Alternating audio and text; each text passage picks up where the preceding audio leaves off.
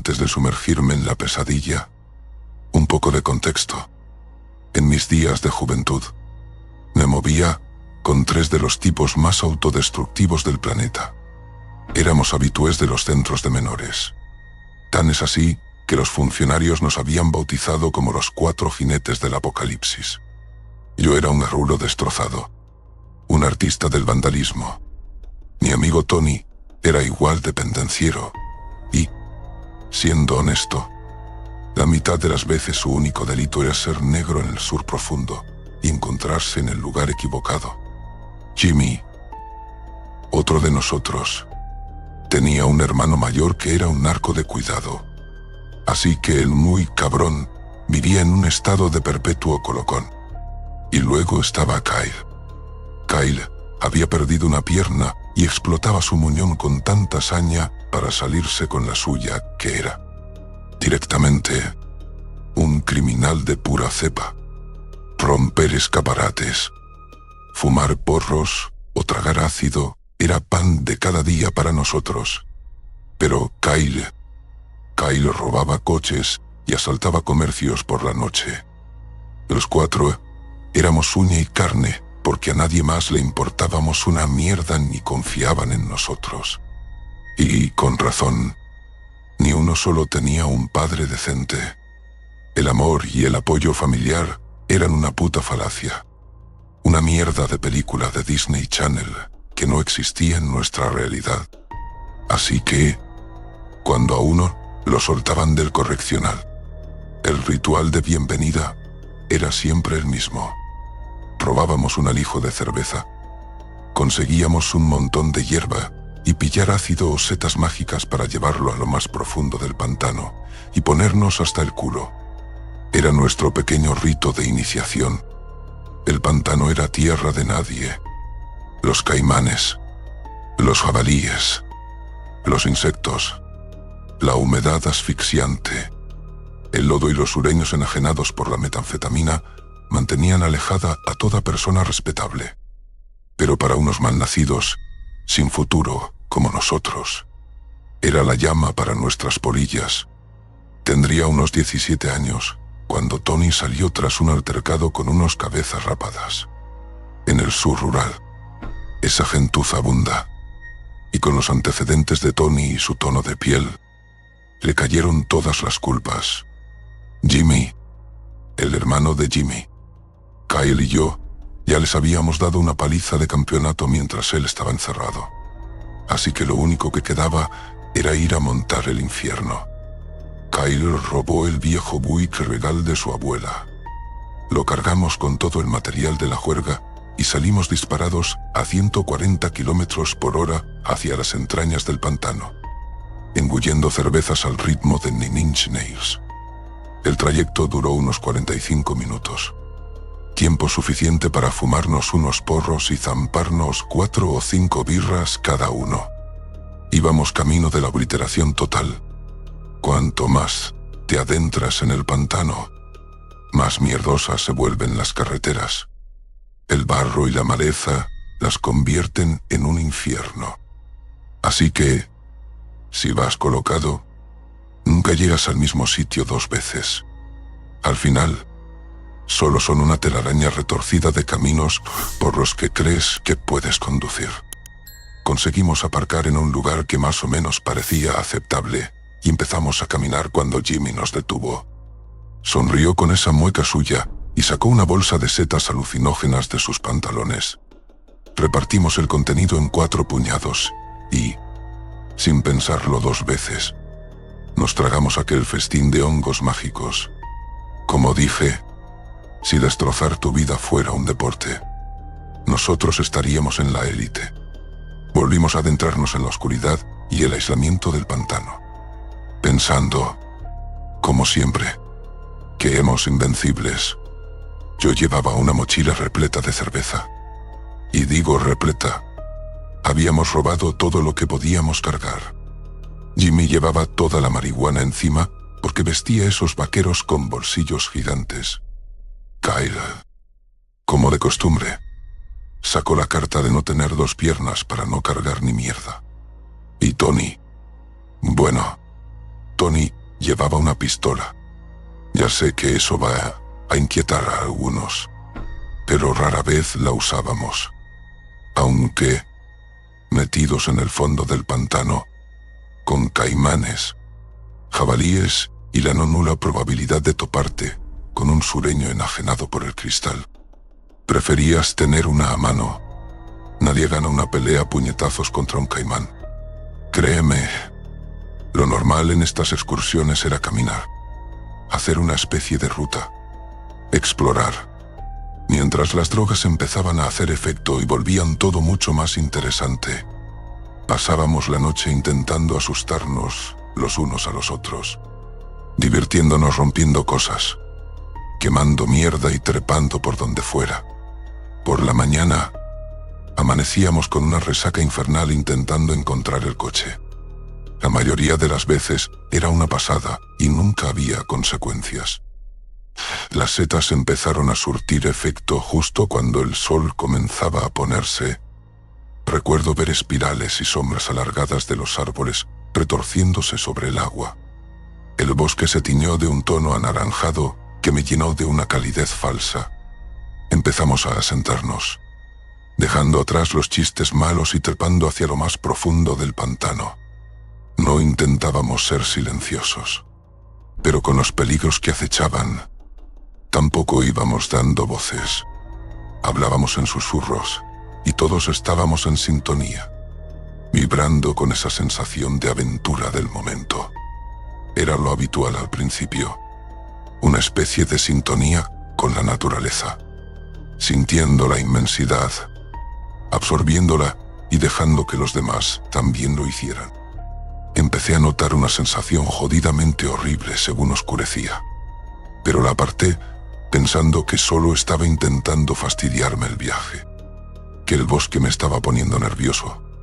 Cuando alucinas, tienes que vigilar lo que sientes, porque si te dejas llevar por las malas vibraciones, alucinarás mierdas terroríficas. Generalmente, si mantienes el ánimo y refuerzas las buenas sensaciones, lo pasas bien. Noté que todos estábamos en la misma onda, así que me sacudí ese mal presentimiento, aunque plantó una pequeña semilla de duda en mi mente. Según avanzábamos por la ciénaga y empezábamos a ascender, Kyle empezó a quejarse de su pierna. Siempre hacía eso cuando acobardaba, aunque nunca estabas completamente seguro. Todos dimos media vuelta hacia el coche para que pudiera dormir la mona en el asiento trasero.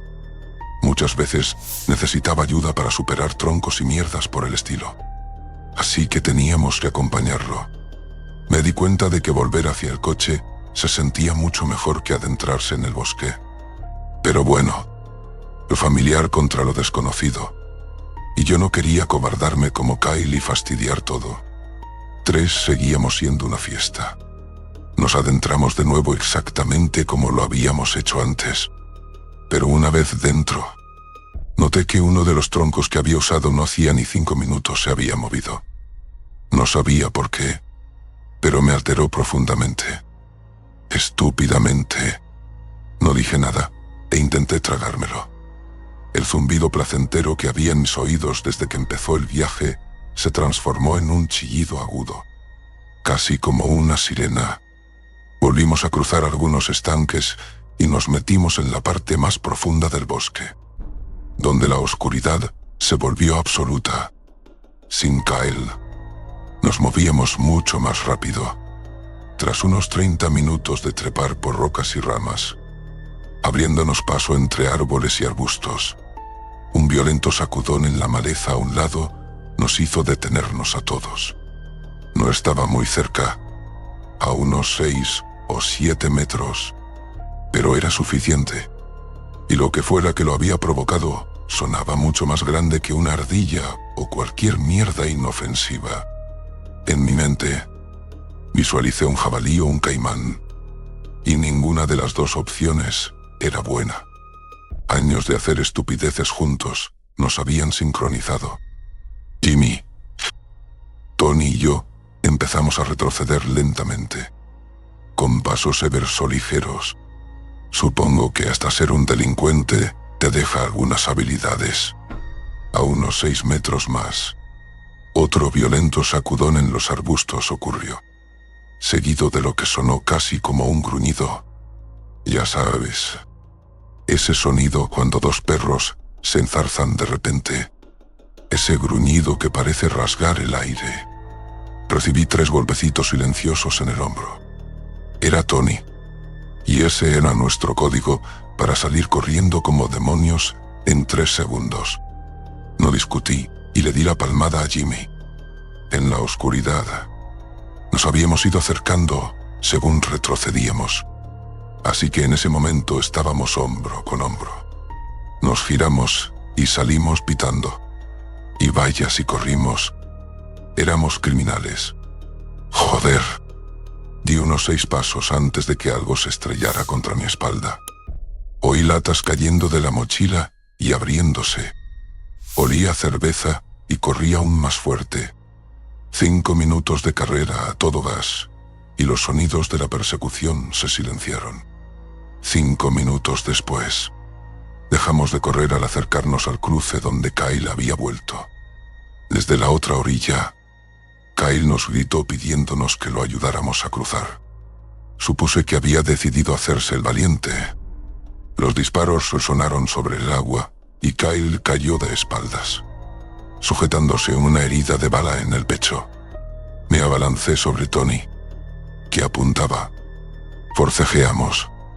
Él luchaba contra mí, pero yo lo tenía inmovilizado. Logré arrebatarle la pistola y Tony me miró con los ojos desencajados. Gritó que eran 2, y yo le espeté preguntándole ¿qué 2? ¿Qué? Él gritó que Kyle tenía 2 piernas. Apunté con la pistola hacia donde Kyle había caído, y nos abrimos paso hasta allí. Cuando llegamos a la escena, ya no estaba. Un reguero de sangre serpenteaba a través de la maleza y se adentraba en el bosque al otro lado de la orilla. Empecé a seguir el rastro, pero Tony me agarró del brazo con fuerza. Me dijo que primero comprobáramos el coche, que si Kyle no estaba allí, entonces iríamos tras él. Tony estaba ahora completamente aterrado. Yo no quería creer que mi mejor amigo acababa de matar al otro. Y Jimmy parecía que solo quería irse a casa. Así que nos volvimos hacia el coche, yo todavía con la pistola en la mano, escuchando atentamente para asegurarme de que Tony no intentaba recuperarla, tanto como por cualquier otra cosa. Llegamos al coche sin problemas y simplemente le devolví la pistola a Tony. Kyle estaba durmiendo en el asiento trasero, con su pierna postiza quitada y en el suelo del coche. Ojalá pudiera decirles que volvimos para averiguar exactamente qué pasó, pero nos metimos en el coche y salimos pitando.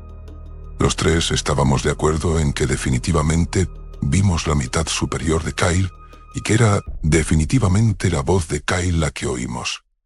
Uno de nosotros podría haberlo alucinado, pero los 3.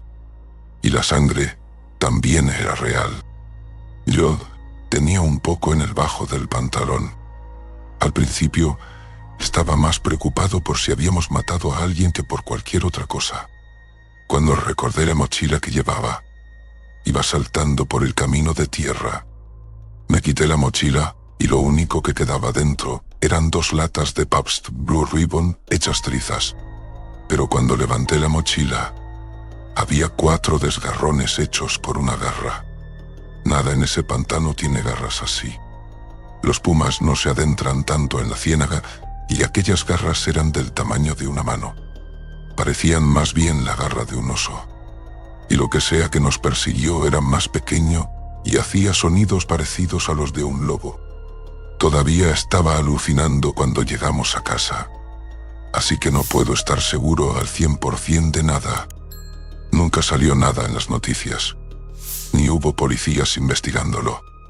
No digo con seguridad que fuera un skinwalker, pero no conozco nada más que suene como un lobo, tenga garras de oso, sobreviva a un disparo e imite a la perfección a Kyle. Si no fuera por la pierna de más, habríamos caminado directamente hacia ello con la guardia baja.